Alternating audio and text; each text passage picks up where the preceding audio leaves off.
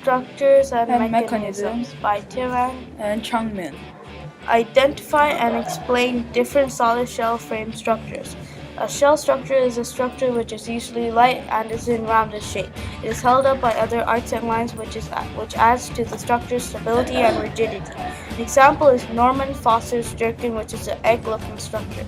A solid structure is a structure which is made of one main strong material to support the weight and other components which keep held on the surface. An example is a dam which is filled all the way through. A frame structure is a structure which is made from a lot of parts that combine with each other to make the frame to hold the structure. One example is a spider web. Describe how the center of gravity of a structure affects the structure stability. The center of gravity in a surface affects if it will topple over. The lower the center of gravity, the more stable, but the higher the more unstable. An example is a racing car. They have a very low center of gravity, so they are very stable to make powerful turns. Earlier, when bicycles were made, they had a large front wheel. This meant they had a high center of gravity and they easily topple over. Describe the role of symmetry in structures. Symmetry is mainly used for aesthetic purposes because they look more appealing to people. For balancing moving objects, it might matter, but stationary structures can be asymmetrical and can be balanced. An example is a stone tower made of odd-looking stone, but most of the time an asymmetrical object is out of balance and can topple, leading to structural failure. Factors that can cause a structure to fail.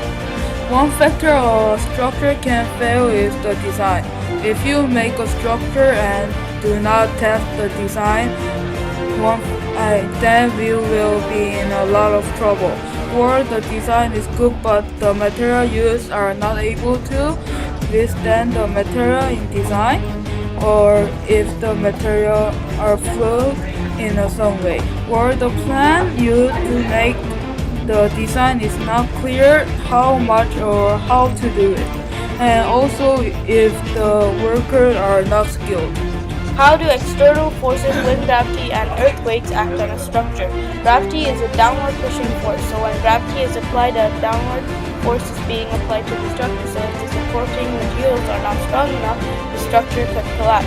The structure you make will almost always have wind resistance, so if it is not sturdy enough, the tower will tip.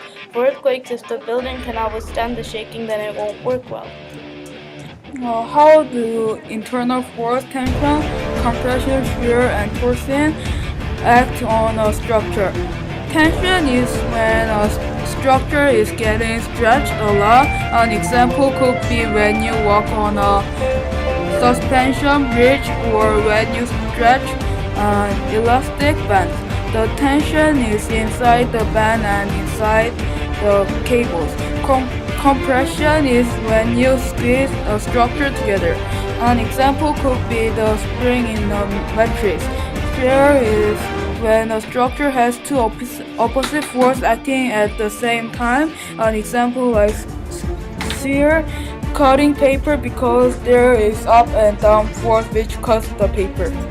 Importance of society, economic, and environmental factors. The importance of society is how it will affect how the community works. If you decide to make a building over the park where kids play, then the kids will not be happy and will be very sad that they cannot play in their park. The importance of economic impacts are how much money it will take to make it and how much money it will give in return if it does. For environmental factors, there is how it affects the environment, if it affects it in a good or bad way. Citations. Thank you for watching. Thank you for watching.